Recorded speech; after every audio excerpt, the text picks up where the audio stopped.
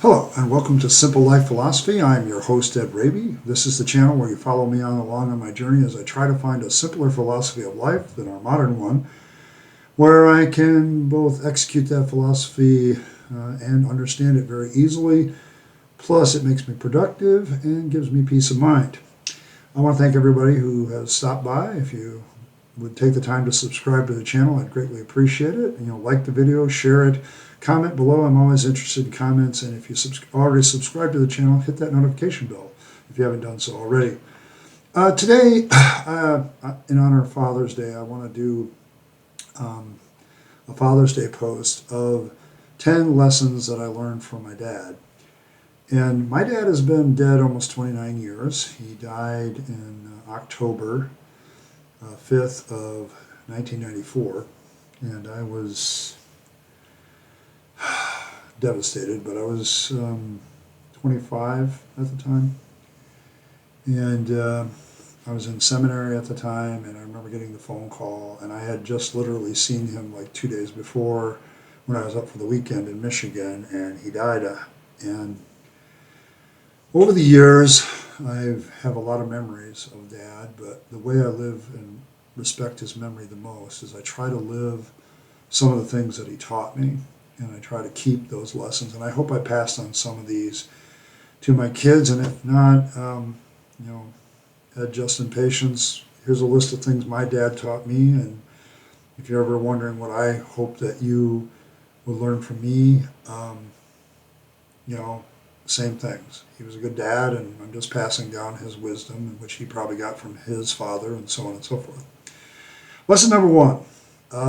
My dad was fond of an expression: there's never time to do it right, but there's always time to do it over. What he was trying to get across to me was do it right the first time, and you won't have to waste time fixing it later. Um, this is a lesson I take just today in my job, because there's always the pressure to do things quickly and not get them done right.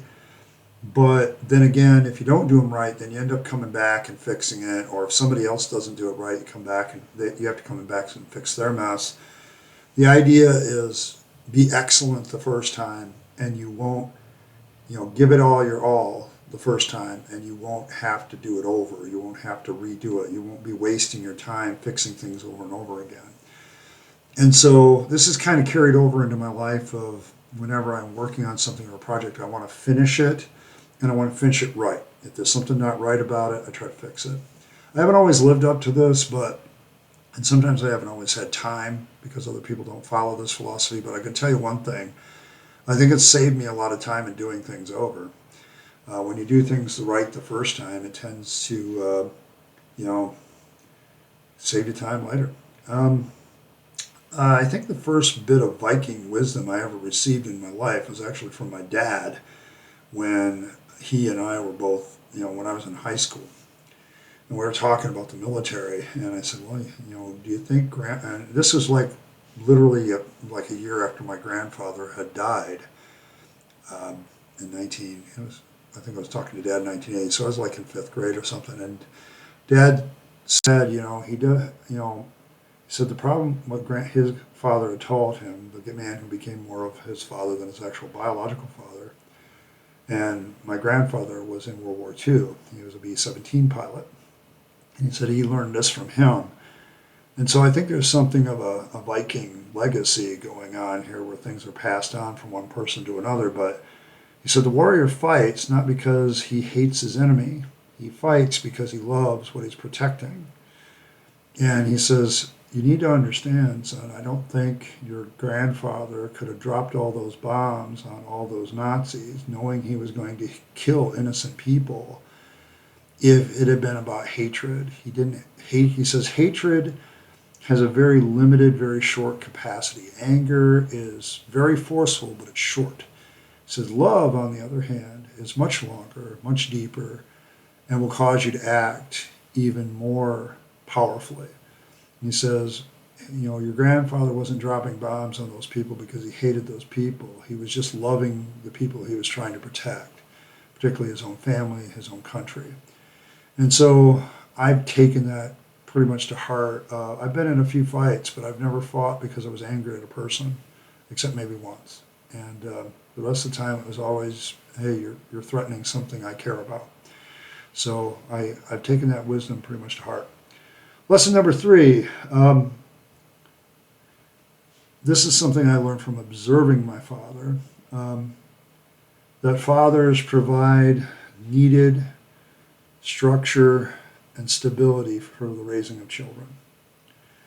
Mothers provide a lot of life, a lot of care, a lot of concern. A good mom, will bind up your wounds. But what a dad does is he provides structure, he provides security, he provides stability. And my dad did that for me. One of the greatest things about his death that I noticed is how unstable my life became after that. I often suspected that my dad must have suspected something about me because he was one of the few guys that could get to me and, make me think and act in terms of, oh yeah, I never thought about that. And looking at it now through the eyes of autism, my father was dyslexic and didn't discover it until right before his death. And, so he was like 48, 49 when somebody said, Jerry, you're probably dyslexic the way you talk. And he talked to a few people. And once that knowledge hit him, he's like, oh man, it wasn't that I was dumb. It wasn't that I was stupid. It's just my eyes and my brain don't see things right. And it's amazing now that I've seen as a teacher what they can do for kids with dyslexia. If he had grown up now, it would never have been a problem for him. He might have gone a lot farther, but back then, they didn't really know. And I'm kind of feeling the same. But, it's like what he did, I think, for me is, and the reason I got along with him so well, is he could see that I was different. And so he tried to provide some safety and stability for me, realizing that I was different. And I have taken that as something that I should have done. I don't know if I succeeded with my own kids with this. I think the ministry and hopping around doesn't provide a lot of stability now that I look at it in retrospect. I would much rather now, if I had to do it all over again, I probably would have become an engineer and I would have found a place to work. And while I was raising kids, I wouldn't want to move. I would want to stay there and provide the stability and stuff like that. I think it would have been a better plan. I don't know if it's really a regret as so much as I think it's better that way. Another thing my dad said a little bit after his own father's death was that fathers are never truly appreciated until they're gone for good. And I said, well, Dad, I really appreciate you. He said, yeah, but you really won't truly appreciate me until I'm dead. And it was kind of ironic because, 10, 15 years later, he did die, and I realized the truth of that statement. And it helps me as a father because I know my kids love me and I know they appreciate me, but I also know that fathers will never truly appreciate it until after they're gone. It's not when you begin to look back through the eyes of grief that you realize how much they did for you and how much of a stability that they provided. And so just by, him saying that was a pretty good quality to have, and I've kept that with me. Lesson number 5, the most valuable quality that a father can have is patience.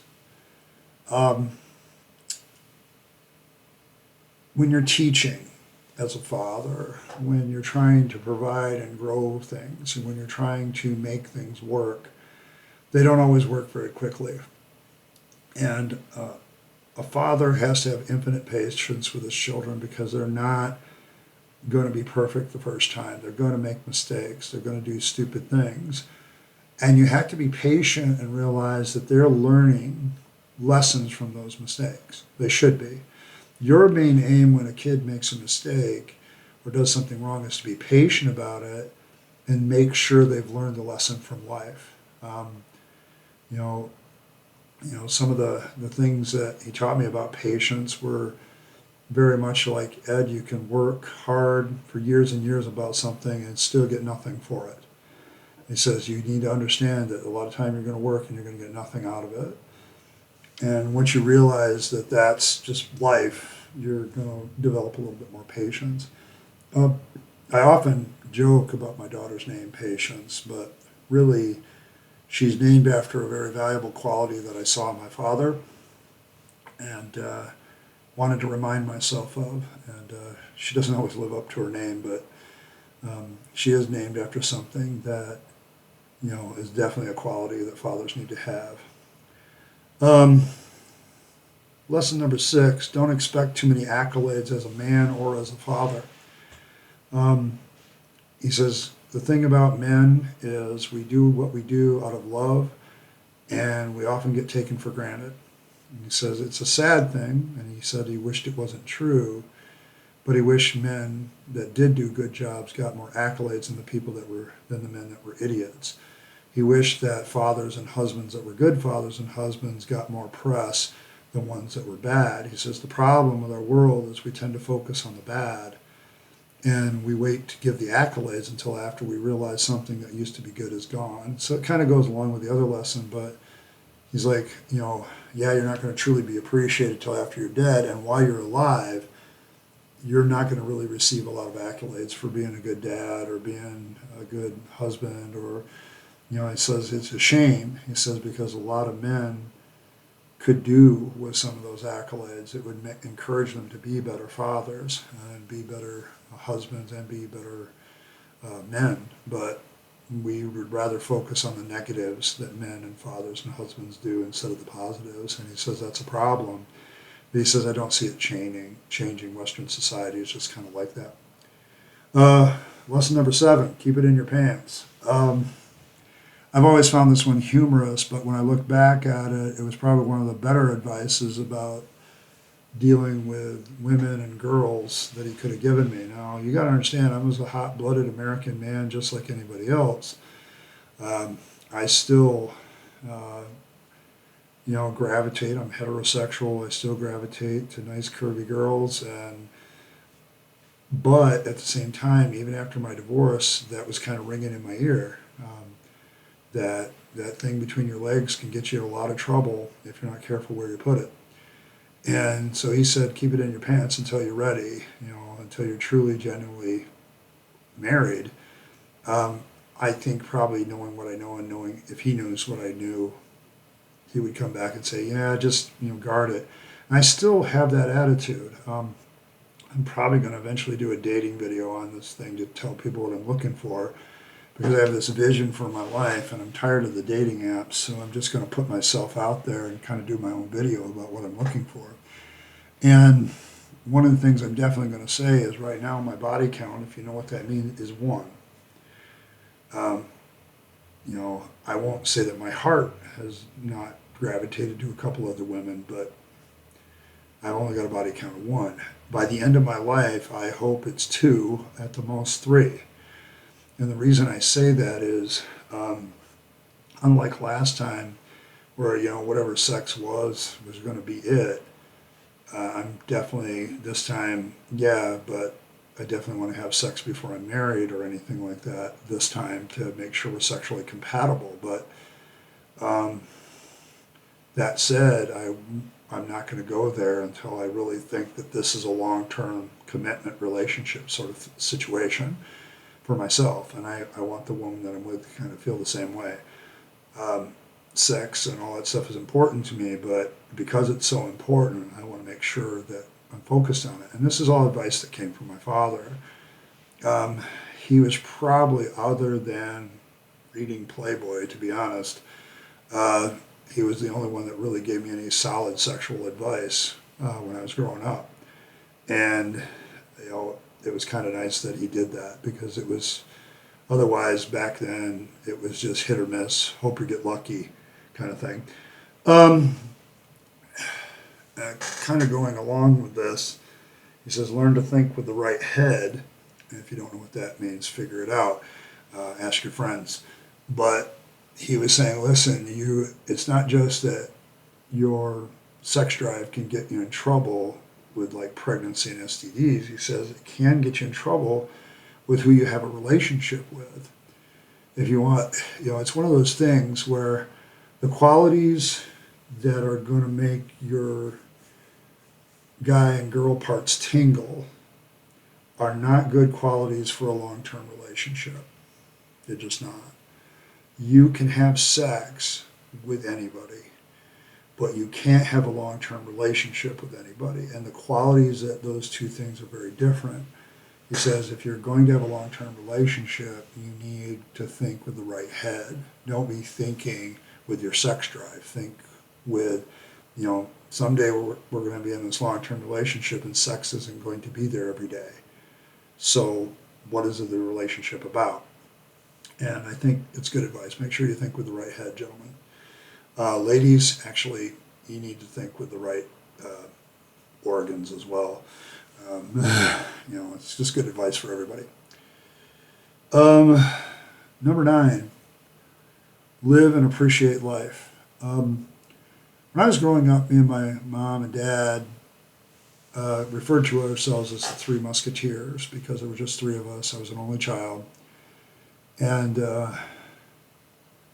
Dad was Porthos, the guy who loved life and enjoyed life.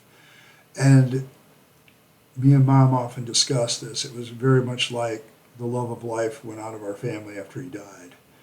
And, I'm trying to get back there. This is one lesson that I kind of failed at. And if I had really been thinking about this one hard, I wouldn't have probably gone into as deep a depression. I would have realized, Dad wants me to live life and enjoy it, not be like this. And I'm not doing him any honor. I'm actually kind of doing him a disservice by doing this. So I need to get moving. So appreciate living, appreciate life, and I would add, because you only get one go around, and you might as well enjoy it and be happy. Happiness is far important than money or power or anything else. If you're not happy, what are you doing what you're doing for? That's why I become a Stoic, because the aim of Stoicism is twofold: to build a better society through rationality and to live a good, happy life despite the obstacles. So by being real about what life is. And I think Dad would definitely approve. I think that's what he said there is kind of the seeds of why I'm there. So that's lesson number 9. Number 10, and like I want everybody to know, there's no in particular order of importance. These are just 10 lessons. But number 10 is value freedom for everyone. Let me give you a for instance, that's kind of a hot button topic and has been in the past. But I know what my father would have said about certain football players kneeling during the national anthem, because I saw him. We went to a Tigers game at Old Tiger Stadium back when I was younger. And I'm not a big baseball fan, but I was a big fan of being with my dad to do things. So he took me to baseball. He loved baseball. He loved the Tigers. He had watched them win 2 World Series, in his lifetime. So he was kind of cool on them. Maybe it was more than that, but he had been a Tigers fan since he was like a little kid and really loved baseball.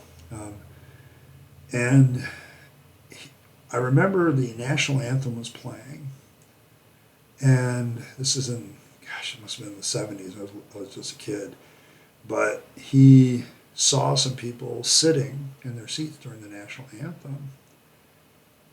And a friend next to him said, that just, pisses me off that these people are sitting during the national anthem. Don't they have any respect, of what people sacrificed and died for their freedom? And my dad turned to him and he said, yes, freedom means that they have the right to stand or sit, that nobody's going to force them to stand. He says that's not freedom either, forcing people to stand. And that's kind of, I say that story because you need to understand, this is why, I did a video yesterday about Pat Robertson.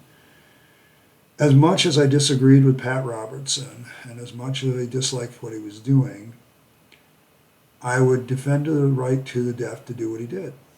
Because free speech isn't free unless it's free for everybody. If it has to be true free speech in which nothing is taboo to be said, but you also can't narrow down who has to say it and what they have the right to say. Okay, true freedom of speech has you got to let everybody speak. You got to let everybody have whatever opinion they want, and you can't restrict who can speak and who cannot. And so you gotta have all that. And I learned that from my dad, who was a veteran, who loved his country, spent 2 years in the Navy. Um, he was around during the Cuban crisis in Florida. People asked what he did, what ship he served on. He said he didn't serve on a ship. He did shore duty the entire time because he was a driver. He drove chauffeurs. He was a chauffeur for the captains and admirals and drove them around the base. And, he had his dress whites that he wore all the time, and he had his black, belt with a holster and his sidearm, okay, because he was also, whoever he was driving, he was their bodyguard. So, that's what he did. And then later on, he spent, I think, 15 years in the Army National Guard. So we're talking about a veteran who was ready to put his life on the line for his country, never really did so, but he says, listen, I didn't do all that so that some people could be muzzled and other people um, could speak. He says, I did that because I defended the Constitution, which says everybody has the right to speak. And I'm going to tell you, man, I've stuck with that. I know that's not always a popular viewpoint, but freedom isn't freedom unless everybody's allowed to do as they wish and speak as they wish. And even though I might get offended at what people say, although I really try not to, even though I may strongly disagree with what they say, I will defend to the death the right to say it. And so it's like, that's something I learned from my dad. Well, this has been 10 lessons that I learned from my dad in honor of Father's Day. I hope some of this resonates with you. As far as where it fits in simple life philosophy, I think there's a lot of simplicity to what he's saying. The importance, I would like to let you know that none of those lessons really involved money, did they? Because at the end of the day, I think, here's a free 11th lesson. One thing he said, money comes and goes, he says, but character is forever. So, I don't know how he meant that, but I get the value statement. Money comes and goes, but the value of your character is always there, always. All right, thank you for stopping by. This has been Simple Life Philosophy. I've been your host, Ed Raby. Like, share, subscribe to the channel, and do the things that YouTubers, people who watch YouTube videos do. Every bit of growth helps me grow the channel, and I want to thank you for coming along today. Hopefully I've taught you a little bit. Maybe my father, through me, has taught you some things as well. And hopefully you're going on that journey to a simpler life for yourself. And I appreciate every single one of you, and you have a great Father's Day.